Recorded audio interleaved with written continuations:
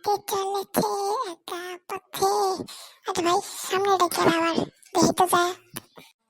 Hello বাচ্চা, তুমি এত এখন কি করতেছো এটি একলা একলা? আরে আঙ্কেল, আপনি কে? আপনি তো চিনলাম না, এলাকায় নতুন নাকি? নতুন না, এখন তোমাকে কিডন্যাপ করবো আমি। হা হা হা হা হা। কি আঙ্কেল, কিডন্যাপ করবেন? থামেন, আমি বন্ধুদের ফোন দিচ্ছি। হ্যালো বন্ধু, তাড়াতাড়ি আয় তো, দিয়ে আমাকে জানি কিডন্যাপ করবো।